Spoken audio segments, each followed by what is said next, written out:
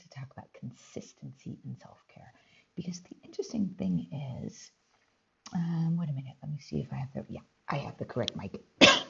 So the interesting thing is that I had a realization that I have this sense that I'm either taking care of myself or being consistent.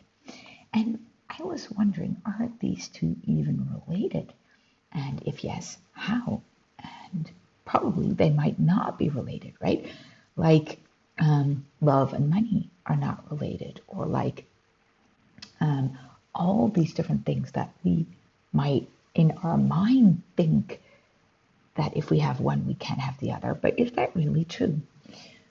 The interesting thing is, I'm 47 now, and for I would say the bigger part of 47 years, I thought that self-care is something I do on my own, behind closed doors when nobody's there. I would say for the first 25 years, I actually thought self-care was something of going to a spa, taking a bath, walking in nature. That was self-care. And I came to the realization, I don't know, about 10 or 15 years ago, that self-care isn't just that. Self-care isn't taking a bath or walking in nature or reading a book. Self-care is actually taking care of my own needs. And then the next question is, so what are my true needs? What is that even? What is it that I need for me? And for me, that's not always an easy answer because I love to connect with people. But as soon as I connect with people, I have a tendency of taking care of them instead of myself. So then for me, self-care was something of, okay, I'll get away from people, take care of myself, and then I'll jump back in the game and I'll be present for these people again. But that's not really connection, and that was not the connection I was craving. So one of my big humps that I had to overcome over the past 47 years is to actually be present in my own body, really take care of myself while I'm connecting. That was not an easy thing for me. And I wouldn't say I'm always good at it. I can choose to be in a space where I'm able to do that, but it's not not yet anyway, a automatic behavior pattern. I automatically, my first instinct is to abandon myself and take care of the others. So then that is a practice for me, and I'm growing in it and I'm getting better at it, but it's not something that I have practiced all of my life, right? For the first 35 years of my life, I thought that I didn't even think. I would have this automatic behavior. The minute somebody stepped in, I abandoned myself and I started to take care of them. And because I simply had a very deep subconscious pattern that people would leave me, and that by taking care of them, I could make certain that they wouldn't leave me. Or I would leave them a little bit sooner so that then if I just stepped out, I wouldn't feel the abandonment so much. Because, hey, you know what? I'm gone. You can't abandon me because I already abandoned you. Now that was a very instinctive pattern. If you've ever taken my quiz, this is a rooster pattern, and it was really good. I'm sorry, my hair's a little bit weird. I just washed it, and then anyway, let's not fuss about that. So that is the interesting thing. Now, what does that have to do with consent? So self-care for me is to actually feel my own needs, take care of my own needs, be mindful of them.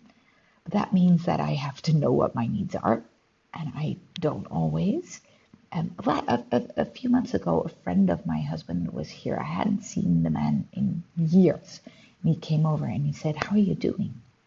And he was really curious. He really wanted to know, "How are you?" And my instinctive reaction is, "Oh, I'm good. Tell me about you." So that is, and there now I'm not always that conscious of it, right? So I was like, "Oh, that's how I do it." Immediately, I'm like, "No, it's good. How are you?" Now, I know that there is this politeness thing um, of, "Oh, good," like, let's not tell anybody. But for me, it's even different from that. It's not that he can't know or I don't want to talk about it. It's that it's almost a foreign language if somebody asks for my needs. And I'm getting a lot better at it. But self-care for me is actually consciously connecting to my needs in a situation like that. Now, in that situation, I was completely aware of it. I took my time.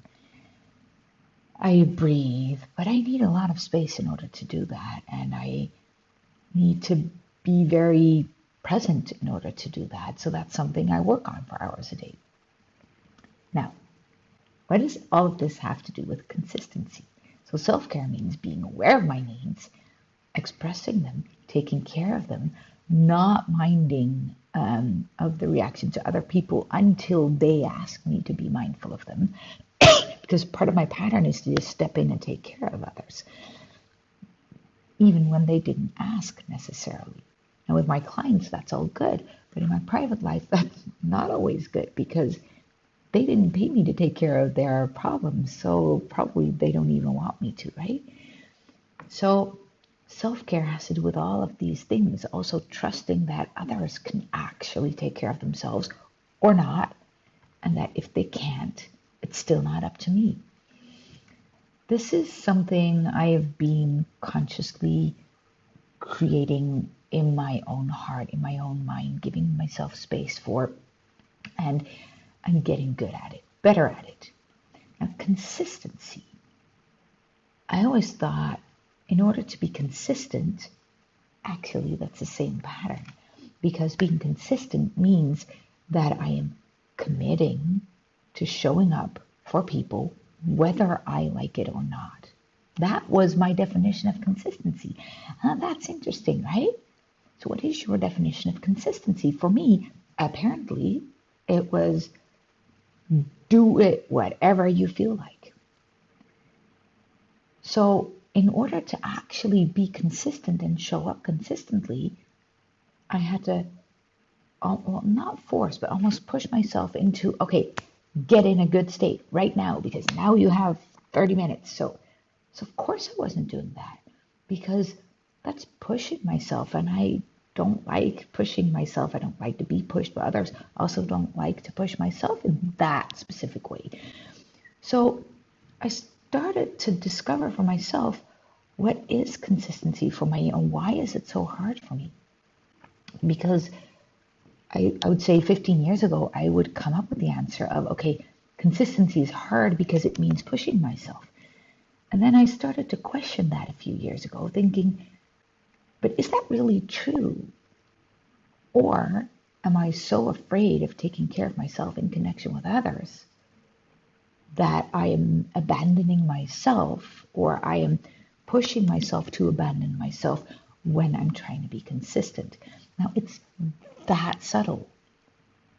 That was what my not being able to be consistent was actually trying to tell me. And then I realized it's not about being consistent. It's about, can I allow myself to be consistent without any rules around what that means for others and just show up in a way that's actually helpful for me? So can consistency actually fill a need for me? And that's a really interesting thing because if it has to fill the need of, I have to show up, I have to be visible, I have to make certain that people see me every day, that's not a need of mine. That's maybe a need of my business, could be, maybe a need of my marketing, maybe a need for my clients, but that's not my need. So then how can I connect, take care of myself, be consistent, and make certain that they're all woven into each other so that actually what I do for the world is actually also good for me. And I believe if we build our business in a way that our self-care is actually beneficial to everyone, also our clients, then we're on the right track. There's always a way.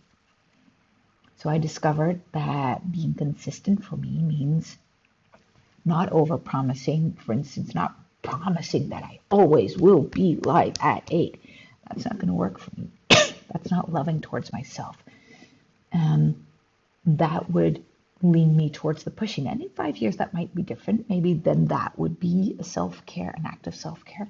right now, an act of self-care for me, when it comes to consistency, is to allow myself to show up with messy hair and in my outside sweater that I just walk the dog in, no makeup on in my kitchen, and be okay with all of it, discovering about these topics together with you guys.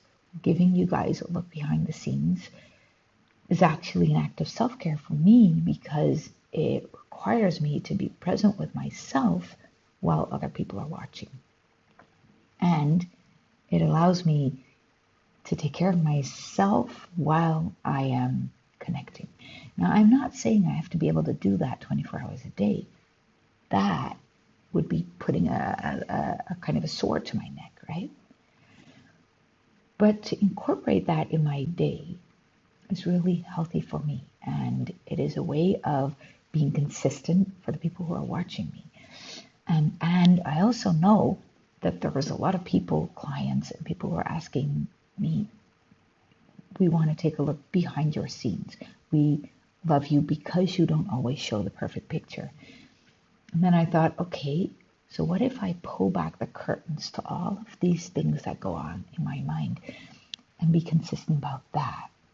And that's scary for me because part of me thinks, who'd want to hear that? Who's interested in that?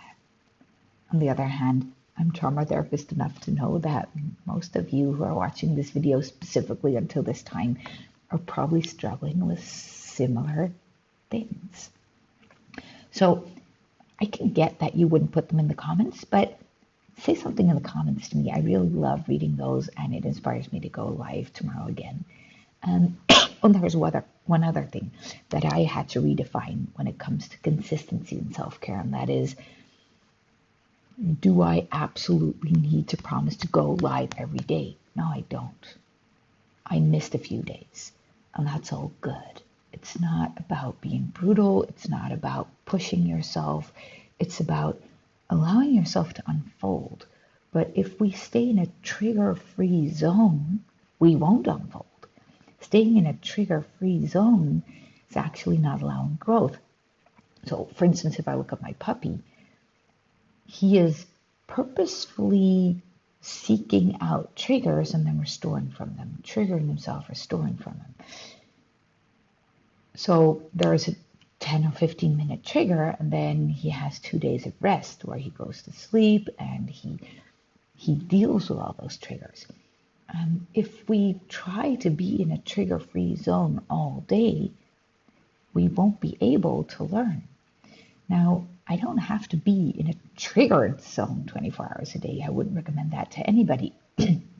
But showing up is actually creating a new experience for my bodyguard, and actually being consistent is very helpful in that way, because then all these ideas inside my mind that are not true around self-love and self-care and consistency are actually being challenged in a gentle way, because I'm not pushing myself to be interesting. I'm not pushing myself to show up at a regular time or even a regular day. I'm not pushing myself to having to talk about a specific topic. I'm just here, being consistent, not trying to be interesting, just doing this as an act of self-care and an act of caring about my clients enough to show you what showing up as your true self can actually look like. So let me know your thoughts and your ideas around this. I can't wait to hear them, and I will see you tomorrow. Hope you'll have a lovely day. Bye-bye.